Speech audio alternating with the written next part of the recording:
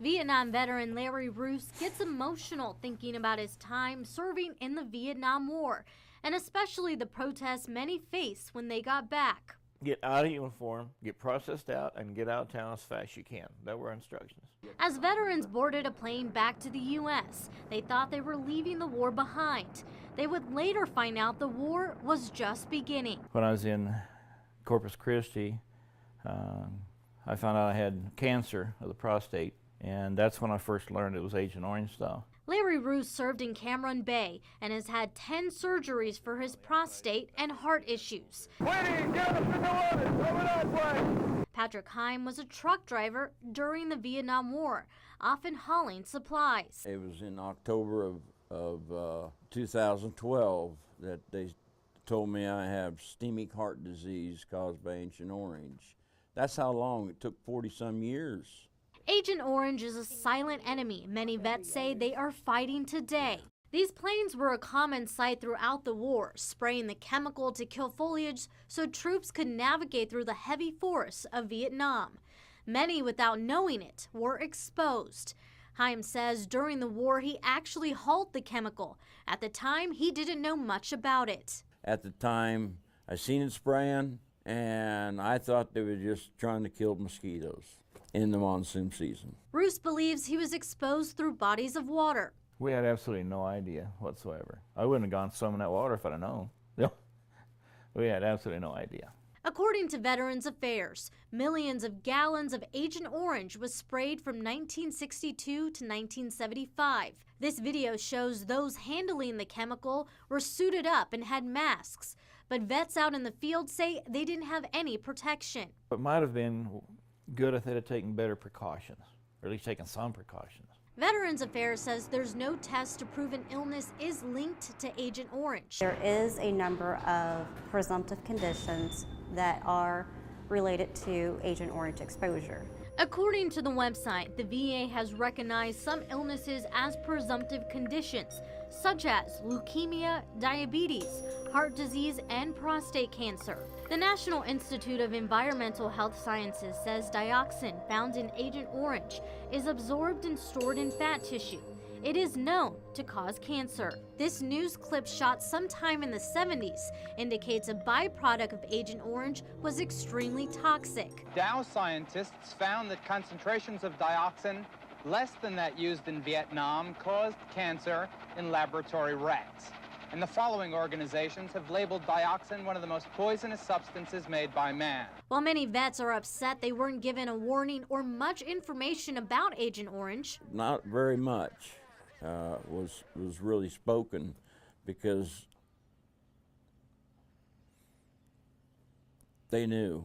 That's all I better say. vets like Heim don't regret serving. I'm proud to serve my country.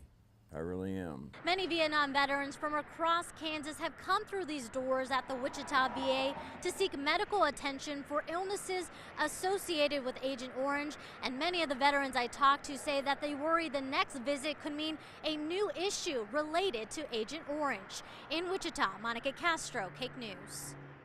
Good. I just heard it pop over my head. For troops serving during the Vietnam War, helicopters overhead weren't an unusual sight. These helicopters sprayed millions of gallons of herbicide known as Agent Orange. This chemical, many Vietnam veterans said, killed not only plants, but even animals. You go through an area and it's all covered with jungle canopy. And then you come back 6 hours later or a day later and you know, it's all dead. Everything's dead. Vietnam vet Shane Davis recalls talking to a comrade about the chemical. He said, yeah, it's pretty damn potent. And I said, well, yeah. I said, we've got guys that the fatigues are coming off of them. But none would fathom their exposure to the toxic chemical could potentially be passed from generation to generation. Until Davis got terrible news from his doctor about his newborn baby girl. And said she's got a hole in her heart. His baby died months later. Davis said it was then he decided expanding his family wasn't an option. I'd love to have, you know, a couple boys and a couple girls, that type of thing. I always kidded my brother that I'd like to have make a little basketball team. I do feel cheated, the fact that I never got to have a family of my own. Back then in the 70s, little was known about how toxic Agent Orange was. Birth defects caused by a vet's Agent Orange exposure were only rumors, until more and more veterans noticed their children weren't born healthy. Our daughters had miscarriages, and that's one of the signs. And then she had a baby that had encephala neural 2 birth defects.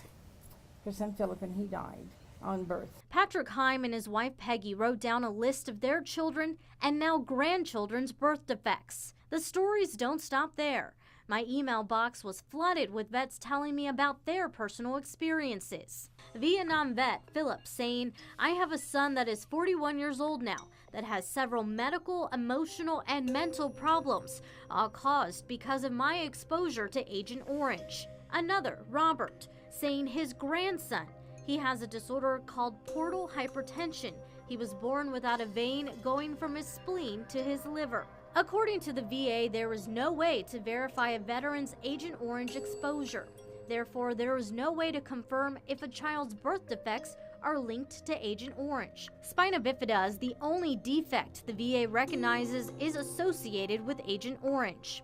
The National Institute of Environmental Health and Sciences says dioxins, a byproduct of Agent Orange, causes cancers and can cause developmental problems in children, lead to infertility, damages the immune system, and interferes with hormones. While Larry Roos and his wife Dina have had healthy children, they worry it could skip generations. So far, they haven't shown any signs of anything that we know of. So hopefully they won't. While there are still many questions surrounding Agent Orange's role in birth defects, many families fear defects will continue down the family tree. Right now, we have 3 great-grandkids. And I see them and I think, what are you going to end up? And they've already started. In Wichita, Monica Castro, Cake News.